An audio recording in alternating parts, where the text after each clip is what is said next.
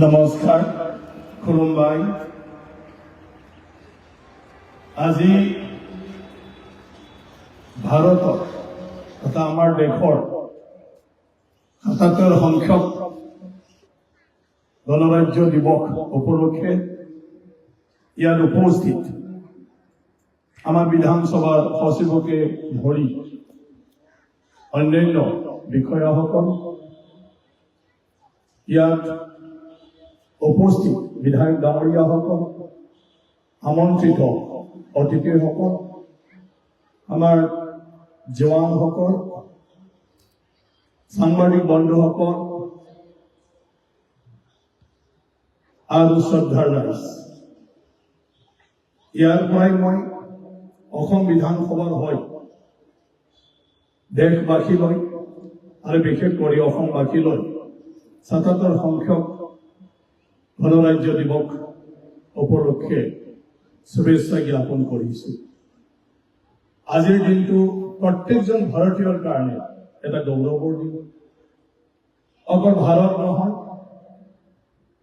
পৃথিৱীৰ যিকোনো দেশত থকা ভাৰতীয়সকলে আজিৰ দিনটো গণৰাজ্য দিৱস হিচাপে সকলোৱে পালন কৰিছে, স্মৰণ কৰিছে আৰু ইয়াৰ ইতিহাসটো চৰ্চা কৰিছে।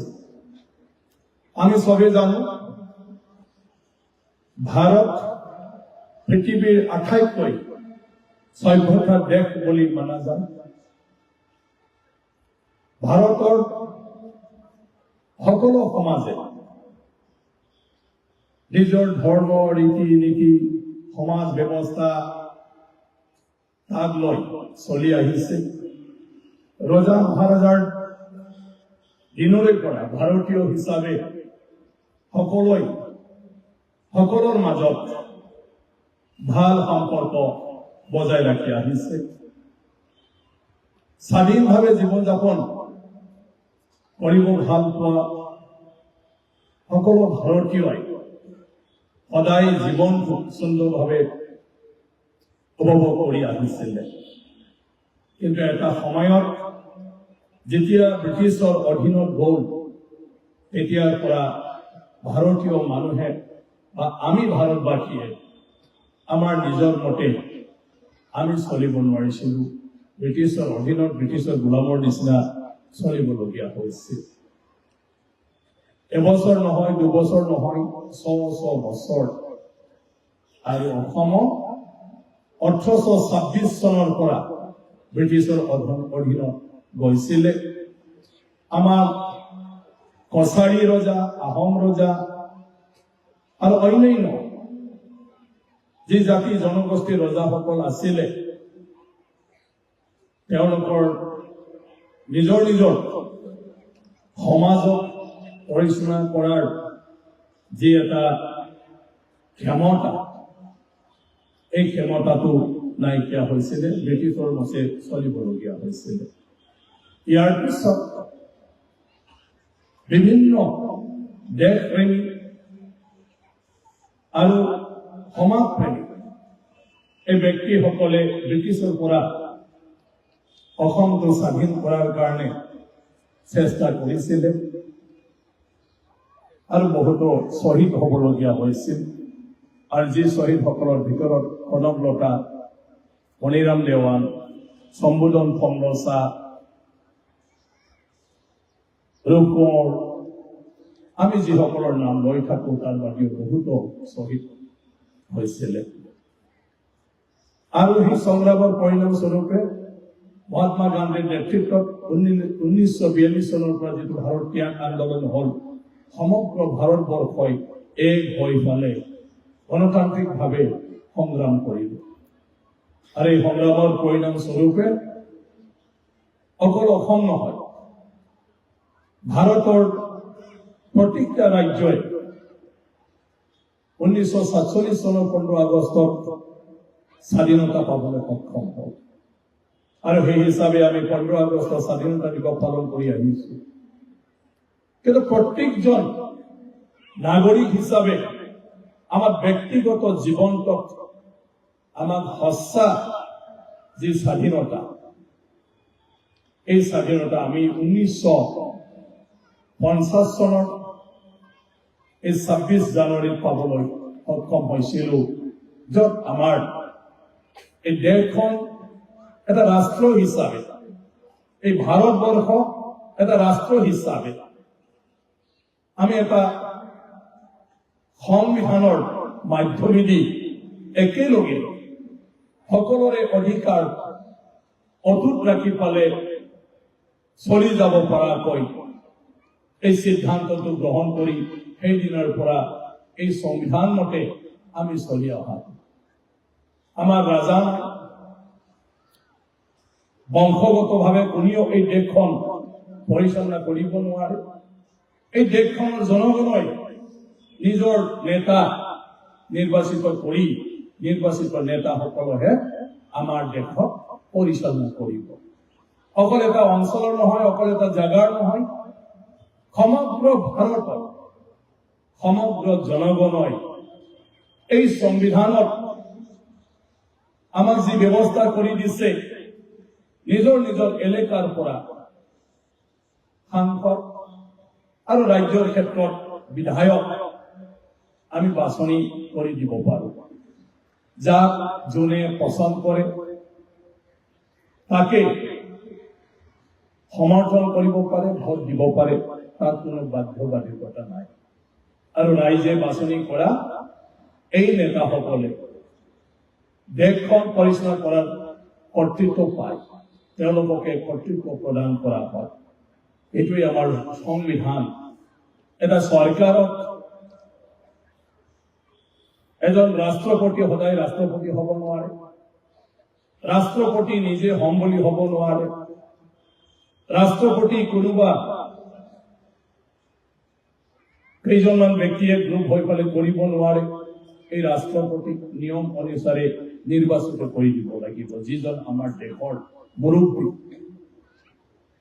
ৰাষ্ট্ৰপতিয়ে কোনো প্ৰধানমন্ত্ৰী, কোনো মন্ত্ৰী, কোনো এমপি, কোনো বিধায়ক নিযুক্তি দিব নোৱাৰে। কিন্তু ৰাইজেহে নিৰ্বাচিত কৰিব পাৰিব। এইটোৱে হ'ল আমাৰ সংবিধান। তাত কোনেও ইচ্ছাকৃতভাৱে এই দেশখনক চলোৱাৰ দায়িত্ব, এই দেশখনক চলাবলৈ কাৰোবাক দায়িত্ব দিব নোৱাৰে। এইটোৱে আমাৰ গণতন্ত্ৰৰ সৌন্দৰ্য, ভাৰতৰ সৌন্দৰ্য।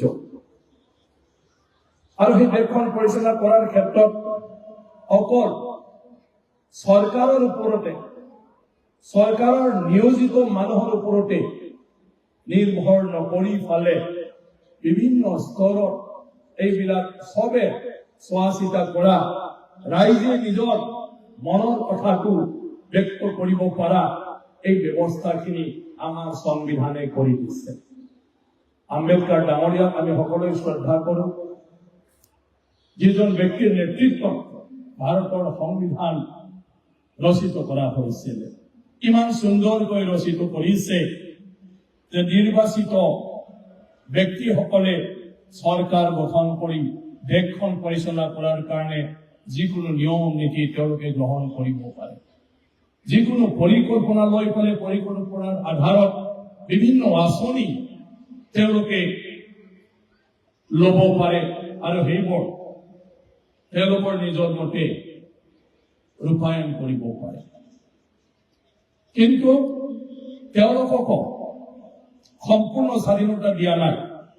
তেওঁলোকৰ চিন্তা ধাৰা, তেওঁলোকৰ যিবিলাক পৰিকল্পনা, সেইবোৰ লৈ পেলাই তেওঁলোকে সংসদত আনিব লাগিব, ৰাজ্য হলে বিধানসভাত আনিব লাগিব।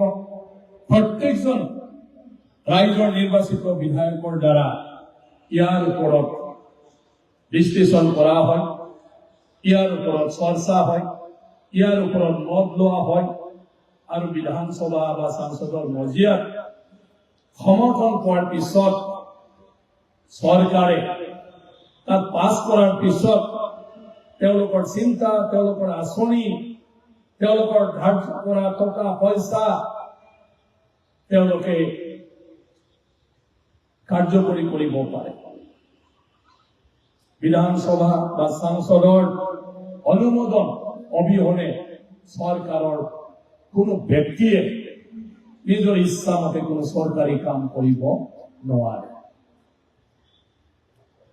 যদিহে সংসদ বা বিধানসভাত যিবোৰ কথা দিছে আৰু তাত যিবোৰ নিয়ম নীতি মানি ফালে চলিম বুলি নিয়ম নীতি বনোৱা হৈছে, যাক আমি আইন বুলি কওঁ, সেইমতে যদি চৰকাৰে কাৰ্যকৰী নকৰে বা চৰকাৰৰ কাৰ্যৰ ক্ষেত্ৰত কাৰোবাৰ যদি অসন্তুষ্ট থাকে আৰু জাষ্টিছ পোৱা নাই বুলি ভাবে, তেওঁলোকে কোৰ্টত যাব পাৰে আৰু কোৰ্টে সঁচাকৈ সেই অভিযোগটো সঠিক হয় না নহয় ইয়াৰ বিচাৰ কৰিব আৰু সেইমতে এজন নাগৰিকে সুবিচাৰ পাব পাৰে, নিজৰ জাষ্টিছটো পাব পাৰে। কোটি কোটি বসবাস কৰা আমাৰ সেই দেশত প্ৰায় 150 কোটি এতিয়া জনগণ। স্বাধীনতাৰ সময়তো বহুতো কোটি আছিল। এই মানুহখিনিয়ে দৈনন্দিন চৰকাৰৰ কাম কাজ কি হৈছে কি হোৱা নাই, চৰকাৰে কি লৈছে কি লোৱা নাই, এইটো জানিব লাগে, জানাৰ অধিকাৰ আছে। সেইকাৰণে সংবিধানত সংবাদ মাধ্যমক গুৰুত্ব সহকাৰে লোৱা হৈছে। সংবাদ মাধ্যমৰ জৰিয়তে সকলোৱে এই বিষয়ে জানিব লাগে। সংবাদ মাধ্যমৰ জৰিয়তে ৰাইজৰ চিন্তাবিলাক প্ৰকাশ হয়। এইটো চৰকাৰ লয়, আমাৰ দেশৰ মুৰব্বীসকললৈ এই বাৰ্তাটো যাব লাগে, যাহাতে সকলোৰ চিন্তাবিলাক চাই পালে চৰকাৰ এটাই বিভিন্ন ধৰণৰ পৰিকল্পনা লৈ পালে সঠিকভাৱে সকলোৱে যাহাতে ভালদৰে জীৱন যাপন কৰিব পাৰে, জীৱনটো আগুৱাই লৈ যাব পাৰে, তাৰ কাৰণে কাম কৰিব পাৰে। তো আমাৰ গণতন্ত্ৰত আমাৰ বিশেষকৈ এই চাৰিটা এটা যাক আমি স্তম্ভ বুলি কওঁ, এটা ব্ৰাঞ্চ টাইপ কৰি দিছে। সবতকৈ ওপৰত বিধায়িকা, বিধানসভা বা সংসদ। ইয়াৰ দ্বিতীয়টো হল কাৰ্যপালিকা, যে তাত যিখিনি সিদ্ধান্ত লয় সেইটো কাম কৰিব চৰকাৰে। ইয়াৰ পিছত তৃতীয়টো হল কোৰ্ট, ন্যায়ালয়, ন্যায়পালিকা, যিবোৰ সিদ্ধান্ত লৈছে সেইমতে হৈছে না নাই তাক চোৱা চিতা কৰা। ইয়াৰ পিছত সংবাদ মাধ্যম, চতুৰ্থ স্তম্ভ। সদায় সাংবাদিকসকলে কেতিয়াবা কেতিয়াবা দুখত কব খোজে যে আমি চতুৰ্থ স্তম্ভ, সেইটো আমি সদায় পালন কৰি আহিছো, যে আমি ৰাইজক চৰকাৰৰ বাৰ্তা দিওঁ আৰু ৰাইজৰ বাৰ্তাটো আমি চৰকাৰক জানিবলৈ দিওঁ। তো এই সংবাদ মাধ্যমটো হল চতুৰ্থ স্তম্ভ আৰু মূলকৈ এই চাৰিটা স্তম্ভটোৱে আমাৰ গণতন্ত্ৰটো আজি ৰক্ষা কৰি আছে। আজি আপোনালোকক জনাব বিচাৰো, আমাৰ গোটেই দেশৰ প্ৰত্যেকটা ৰাজ্যৰ যিসকল পীঠাসীন অধিকাৰী, প্ৰেচাইডিং অফিচাৰ্ছ বুলি কয়, স্পিকাৰ্ছ আৰু চেয়াৰমেন, যদি বিধান পৰিষদ হয় তো চেয়াৰমেন, যদি ৰাজ্যসভা আপাৰ হাউস হয় তো চেয়ারম্যান, যদি লোকসভা তেতিয়া স্পিকার, বিধানসভা হলে স্পিকার। আমার ইয়ার একটা এসোসিয়েশন আছে আর সেই এসোসিয়েশনে আমি মাঝে মাঝে এক্সিকিউটিভ কমিটি বহে আর মাঝে মাঝে অধিবেশন বহে, কনফারেন্স বহে, আর তাত আমি চর্চা করি কিছুমান সিদ্ধান্ত লৈছো। আর সেই সিদ্ধান্তটো হল বিধায়নী প্রক্রিয়ার জৰিয়তে আমি আজি যিবোৰ কাম কৰিছো এই কথাবিলাক প্ৰত্যেক মুহূৰ্ততে ৰাইজে জানিব লাগিব আৰ বিধানসভায় এই কথাটো ৰাইজে জানিব পাৰা সুযোগ সুবিধাখিনি কৰিব লাগে। সৰকাৰে যিখিনি কাম কৰিবলৈ লৈছে,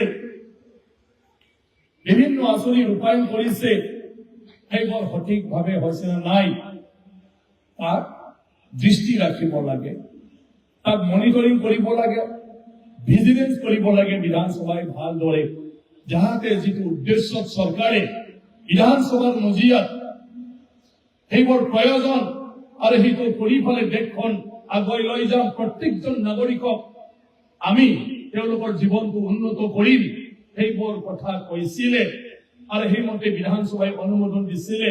সেয়া সঁচাকৈ আমাৰ সাধাৰণ মানুহৰ মাজত হল না নহল, তাত বিধানসভাৰ কমিটিবোৰে ভালদৰে মনিটৰিং কৰিব লাগে, ভিজিলেন্স দিব লাগে, আৰু তাত যদি সঠিকভাৱে হোৱা নাই চৰকাৰৰ মুৰব্বীসকলক অৱগত কৰিব লাগে আৰু সেইমতে সকলোৱে দায়িত্ব লৈ কামটো কৰিব লাগিব। নহলে চৰকাৰ এখনে অকল সিদ্ধান্ত লৈ অকল বিষয়াসকলক দায়িত্ব প্ৰদান কৰিলে সেয়া সঠিকভাৱে স্বাধীন দেশৰ স্বাধীন নাগৰিক হিচাপে প্ৰত্যেকজন নাগৰিকে হয়তো সেইখিনি সুযোগ সুবিধা নাপাব পাৰে। দুখীয়া ব্যক্তিসকলক আগবঢ়াই লৈ যোৱাৰ কাৰণে চৰকাৰে দুখীয়াৰ কাৰণে বিভিন্ন আঁচনি লৈছে, কিন্তু বিধানসভাই আমি চাব লাগিব সেই আঁচনিবোৰ সঁচাকৈ যাক উদ্দেশ্য কৰি গঠন কৰা হৈছে, লোৱা হৈছে, সেইটো সেইবোৰ জাগাত গৈ পাইছে না নাই, সেইবোৰ ব্যক্তিয়ে সেইটো পাইছে না নাই, সেইটো বিধানসভাই চাব লাগিব।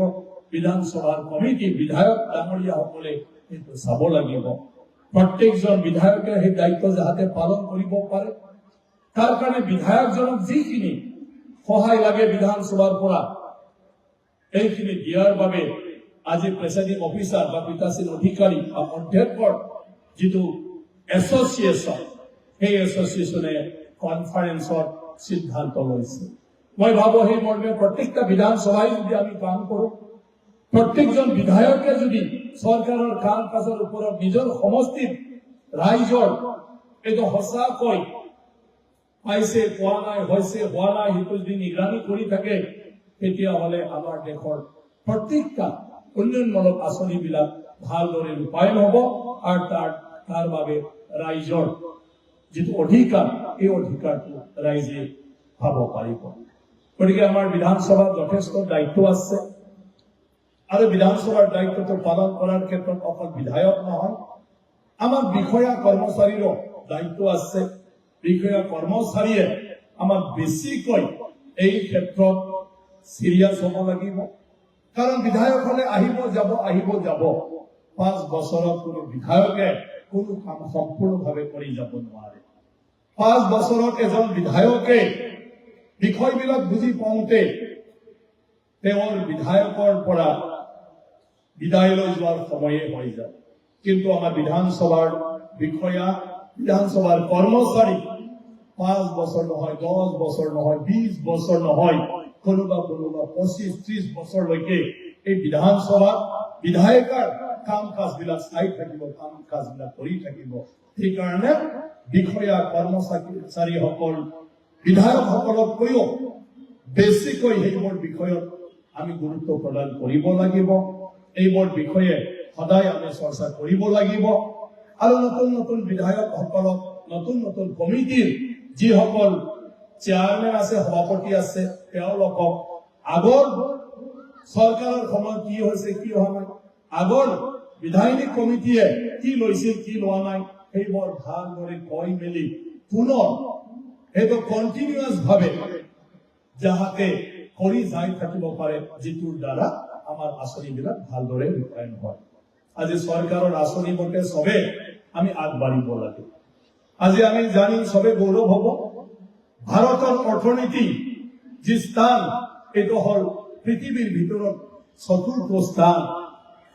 তো আমি ধনী দেশত পৰিলো ভাৰতে, কিন্তু 4ৰ্থ স্থান এই ভাৰতৰ যিটো ইকনমি গোটেই পৃথিৱীত আমাৰ অসমৰ স্থান গোটেই ভাৰতৰ ভিতৰত কিমান, অন্যান্য ৰাজ্যৰ স্থান গোটেই ভাৰতৰ ভিতৰত কিমান নম্বৰত, আৰু আমাৰ অসমৰ ভিতৰতে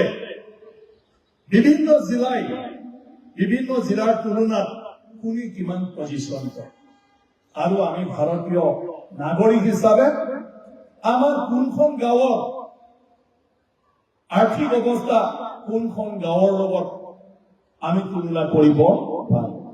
আজি আমাৰ অসমৰ পাৰ কেপিটা ইনকাম 2.5 লাখ টকা, পাৰ হেড এজনক 2.5 লাখ টকা পাৰ কেপিটা ইনকাম। কিন্তু আমাৰ প্ৰত্যেকজন নাগৰিকৰ 2.5 লাখ টকা উপাৰ্জন বছৰত এয়া সকলোৰে হৈছে নে বোলে অকল কেইটামান পৰিয়ালৰ কাৰোবাৰ কোটি টকা উপাৰ্জন কাৰোবাৰ লাখ লাখ টকাৰ উপাৰ্জন হেতুৰ লগত জনমূৰি হিচাপে আমি কাৰোবাৰ টকাটোকে কাৰোবাৰ হিচাপত লগাই পালে প্ৰত্যেকটা মানুহৰ ইনকামটো পৰ্যন্ত 2.5 লাখ বুলি কৈছো নিশ্চয় নহয় আমাৰ ডাঙৰ ডাঙৰ ঠিকাদাৰ যিবিলাক 100 কোটিৰ উপাৰ্জন আছে প্ৰত্যেক বছৰে এওঁলোকৰ পইচাটোও আমাৰ ৰাজ্যখনৰ ইনকামৰ পইচা হিচাপে আমাৰ জনমূৰি হিসাবে পপুলেশন হিসাবে ভাগ কৰে দিয়া হয়েছে কিন্তু আমাৰ কোনোবা কোনোবা পৰিয়ালৰ উপাৰ্জন 20,000 টকা নহবও পাৰে 30,000 টকা নহবও পাৰে কিন্তু তেওঁকো আমি এজন অসমীয়া হিসাবে অসমৰ মানুহ হিসাবে 2.5 লাখ টকাৰ মালিক হিসাবে আমি লৈ আছো গতিকে কেনেকৈ আমি পার ক্যাপিটা ইনকাম যেটো 2.5 লাখ টকা কিন্তু প্রত্যেকজন অসমীয়া মানুহৰ জীৱনত আনি দিব পাৰো সৰকাৰেৰ যেটো লক্ষ্য এটা সঁচাকৈ আমি বাস্তবত উপনীত কৰিব পাৰো সেয়া আমি বিধানসভায় আমাৰ মন্ত্ৰী বিধায়কসকলে ইয়াৰ দায়িত্ব লব লাগিব ইয়াৰ চিন্তা কৰিব লাগিব তেতিয়াহে সঁচা অৰ্থত ভাৰত উন্নয়ন হব অসম উন্নয়ন হব অসমীয়া বা ভাৰতীয় উন্নয়ন হব গতিকে এই লক্ষ্যৰে আমি কাম কৰিব লাগিব আজি গণৰাজ্য দিৱসত মই সেইখিনি কথাটোকে অসমবাসী দেশবাসীক মই অনুৰোধ কৰিছো আমাৰ গণৰাজ্য দিৱস সংবিধানটো গ্ৰহণ কৰাৰ নামত আমি পালন কৰি থাকো আৰু সংবিধানে যি নিৰ্দেশ দিছে আমাক যি অধিকাৰ দিছে আমাক সেইবোৰ অধিকাৰ কাৰো খৰ্ব নোহোৱাকৈ আমি যাহাতে চলিব পাৰো আমাৰ নিজৰ অধিকাৰটো সাব্যস্ত কৰিব যাওঁতে আনৰ অধিকাৰ যাহাতে খৰ্ব নহয় এই দেশৰ প্ৰত্যেকজন নাগৰিকে যাহাতে সকলোই সমানভাৱে মৰ্যাদা পাব পাৰে সুযোগ সুবিধা পাব পাৰে আগবাঢ়িব পাৰে এয়া যেন প্ৰত্যেকজন নাগৰিকে লক্ষ্য ৰাখে এইটো মই অনুৰোধ কৰিছো দীঘলীয়া বক্তব্য মই ৰাখিব খোজা নাই আৰু মই সকলোকে পুনৰ শুভেচ্ছা জনাইছো এই দেশখন স্বাধীনতা পোৱাৰ বাবে স্বাধীনতা সংগ্ৰামত যিসকল ব্যক্তিয়ে নিজৰ জীৱন আহুতি দিলে সকলো আমাৰ শহীদ লগতে যিসকল ব্যক্তিয়ে সংগ্ৰামত নিজৰ পূৰ্ণাংগ জীৱন তাকে অতিবাহিত কৰিলে সংগ্ৰামৰ মাজেদি আমাৰ মুক্তিযোদ্ধা তেখেতসকলক মই শ্ৰদ্ধাঞ্জলি জ্ঞাপন কৰিছো আৰু তেওঁলোকৰ পৰিয়ালকো মোৰ তৰফৰ পৰা আন্তৰিক শ্ৰদ্ধা মই জ্ঞাপন কৰিছো আৰু সকলো দেশবাসীলৈ পুনৰ মোৰ গণৰাজ্য দিৱস উপলক্ষে শুভেচ্ছা জ্ঞাপন কৰি অভিনন্দন জ্ঞাপন কৰি ৭৭তম গণৰাজ্য দিৱস পালন কৰাৰ সুযোগ পোৱাৰ বাবে অভিনন্দন দি মই মোৰ বক্তব্য সামৰণি মাৰিছো ধন্যবাদ জয় হিন্দ জয় অসম